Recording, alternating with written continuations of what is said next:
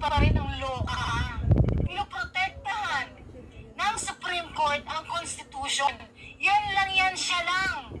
Yung pamumulitika ni Hontiveros na yan ay talagang halatang halata. For your information, ikaw Hontiveros, kahit sinong taang Pilipino naiintindihan kung ano ang sinasabi ng Supreme Court. Na mali yung procedure, yung proseso na ginawa nilang pag-impeach kay VP Sara dyan sa Kamara. At may nilang silang 1-year bar rule. Hindi mo naintindihan. Keros yun? Bakit natat yung babae na yan, mga kaibigan? Kahit kailan yan. Magunaw man ang mundo, anti-Duterte yung hinayupak na yan. Naluloka ako kay Claire Castro. Aba itong babae na ito, lawyer pa naman. Sabi pa naman niya, iba naman daw yung pag hindi ka naniniwala sa desisyon ng Supreme Court. Napaka-bastos o hindi ko alam kung napakasira ulo talaga niya o may tiriring na talaga. Saan ba siya sumumpa bago siya naging abogado? Nakakahiya itong tao na ito. Nagsasalita sa social media at ang masaklap dito, may mga tao na naniniwala sa kanya.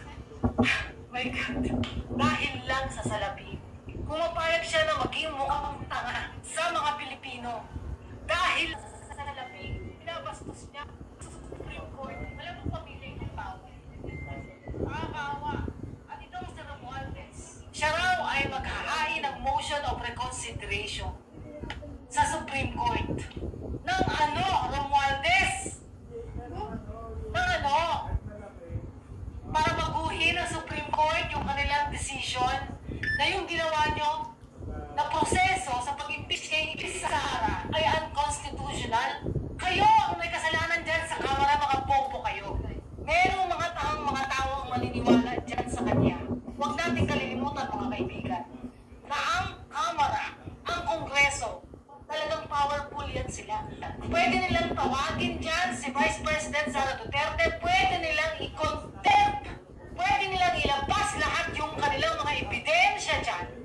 Pero hindi nila ginawa, in-impeach nga nila, hindi nga nila pinatawag eh. Hindi nila inabisuhan si Vice President.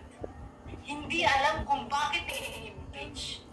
Wala silang nilabas sa publiko, pwede silang maglabas sa publiko eh. Ito yung ebidensya namin na ginawa ni Vice President Sara Duterte. Bakit wala silang nilabas? Kasi lahat ng mga akusasyon nila kay Vice President Sara Duterte, lahat ay duda lang. Pagdududa. Yan ang mahirap sa gustong maging presidente. Sisiraan lahat. Gagawin lahat. Para masira yung kalaban niya. Para siya umangat. Ano ba gusto niyong presidente? Kayong mga tanga dyan. Katulad ni Romualdez. Yung pagpirma nila dyan sa impeachment ni Vice President Sara Duterte, ilan sila? 215? Kahit isa lang dyan. Ang hindi nagbasa, dahil umamin na pinirmahan lang yan, mali na yon sa batas. At maraming tangang, my God, ang daming tangang Pilipino na naniniwala sa dalawang ito, kay Claire Castro at kay Romualdez. So ngayon, motion for reconsideration. Alam nyo, ang desisyon ng Senado, yung i-archive nila, ay parang nilagay na nila sa baol yung impeachment case na yan. Nakabawal na nila yan, sinusian. Nandyan na lang sa Senado yan. Pero sino ang susi dyan? Ang Supreme Court lang. Sa tingin nyo, magbabago ang desisyon ng Supreme Court? May nagtatanong, paano daw kung totoo lahat ng akusasyon ng Kamara kay Vice President Sara Duterte? Ano sa tingin nyo ang sagot? Mas lalo nang dapat sumunod sila sa proseso. Kung talagang matibay ang kanilang ebidensya at talagang 100% na sila'y naniniwala na dapat i-impeach si Vice President Sara Duterte, inayos dapat talaga nila yan. Yung proseso nila dyan, ay ibig sabihin lahat sila dyan, tanga. Yung 215 na congressman ang pumirma dyan, lahat pa ba yan? O hindi lang talaga binasa yun dahil nga sa ayuda daw? Hindi natin alam kung magkano. May mga lumalabas sa social media. Ulitin ko, kung merong nagsasabi na totoo yan, paano daw kung totoo yan? Mas lalo dapat nilang pinagtibay at ipinaglaban dyan sa Supreme Court. Wala silang inilatag sa Supreme Court na facts. Ibig sabihin yung katotohanan. hindi nila sinagot ang Supreme Court. Nung tinatanong sila kung political question na raw kasi yan, kita mo ang yabang nila. Kasi nga, powerful sila eh. Feeling nila, bakit hindi nila pinatawag si Vice President Sara Duterte? Kinontempt nila, nilabas nila lahat ng ebidensya nila. Hanggang ngayon, wala. So ngayon, too late na hero na. Dahil kung maglalabas sila ng mga ebidensya nila sa ngayon, hindi na legal yan. Dahil meron ng hatol ang Supreme Court dyan sa due process nila na ginawa unconstitutional. Alam niyo mga kaibigan, itong mga tao na ito, yan si Romualdez at saka yan si Claire Castro, katulad lang, example lang itong dalawa na ito. Huwag niyo na isama itong mga taga-mountain. Kasi pare-pareho lang din naman sila eh. Mga bastos sa batas. Yan ba ang gusto niyo? Ako naman ang magbigay opinion, ano. Sino yung taga-mountain? Yung mga ungas, ano. Pero panawagan ko sa lahat ng mga naniniwala at supporter ni Inday Sara. Hinahamon ko kayo at ina-challenge ko kayo kung nagawa ng makakaliwa na bastusin ang Senado during the hearing, ay gawin rin natin. Bakit sila lang may kakayahan? Sila yung mga aktivista na walang nakitang tama ang nagawa ng gobyerno. Subukan kaya natin. Kasi nga sila lang yung pinakabastos na Pilipino sa ibabaw ng Pilipinas. Yung mga makakaliwa. Nakmatu pa doon sa UP. Sa UP ground, UP campus. Anong ginawa nila? Doon pa sila nagwawala, doon pa sila nagsisigaw. Nandiyan pa. Andiyan ang kampo ng NPA. Pero ang sagot ng UP administration is to exercise the democracy in the Philippines. So tayo rin, we will exercise the democracy in the Philippines. Saan? Gawin din natin sa UP. Ha?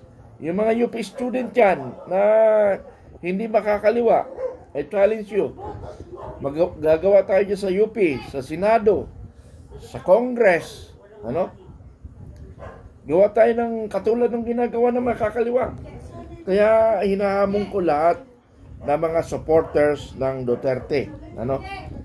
Hinahamon ko kayo na gayahin natin doon sa hearing sa Senado, na bastusin nila yung mga senador. Tayo hindi naman tayo mambabastos, pero pwede naman tayo magsalita doon sa loob ng Senado at sa labas ng Senado. Magpahayag rin tayo ng sa loobin natin. Bakit ang makakaliwa laging nagiging tama? Ha? Laging tama ang mga makakaliwa. So sana ang ating gobyerno mag-isip. Ano? Mag-isip ang ating gobyerno. Anyway, kasi ang armed forces hindi naman makakilos because they are military. Tayo mga retired, tayo mga lumalaban sa Partido Komunista noon, tayo ang maglitawan ngayon. Ipakita natin na nagkakaisa tayo. Magparamdam kayo sa akin o mag-chat kayo sa akin, lahat ng naniniwala sa katotohanan, lalo na mga main union personnel na dati nating binabanata itong mga makakaliwa. Tayo naman ang babanat sa kanila. Kaya hinahamon ko kayo. Ha? Pamunuan ko kayo. Magparamdam lang kayo sa akin. Para matapos na itong kagaguhan, kalukuhan na nangyayari sa ating gobyerno. Ha? Na yung mga sabi nga ni isa ba yan? Sina? Na wag na natin isali mga taga-bundok. Kayo yung mga mga makakaliwa. Kayo yung taga-bundok na sinasabi ni Sina, no? Hindi naman kayo taga-bundok po. sorry, bubura na naman ako. Hindi kayo taga-bundok, mga mayayaman pa nga kayo eh. Ha? Yung School of yung University of the Philippines, that is the School of Rich ng mayayaman, yung UP. Hindi na yung kunti na lang nakapag-aral diyan ng mga mahihirap. Karamihan diyan mga mayayaman nakapag-aral sa UP. Ano? So, gano'n lang. Panawagan ko sa lahat ng mga naniniwala sa katotohanan, kumilos rin tayo. Gayahin natin yung mga aktivista. May dalawang klase ang intindi ko sa aktivista. Activist is a pro-communist and activist for the truth. Doon tayo sa for the truth. So nananawagan ako sa lahat ng men personnel na mga retired. Nananawagan ako sa inyo. Hindi lang sa retired, sa lahat ng naniniwala sa katotohanan. Lalo na yung pinagtatanggol si Inday Sara. Lumitaw tayo. Yun ang hiling ko sa inyo. I challenge you, everybody. Thank you.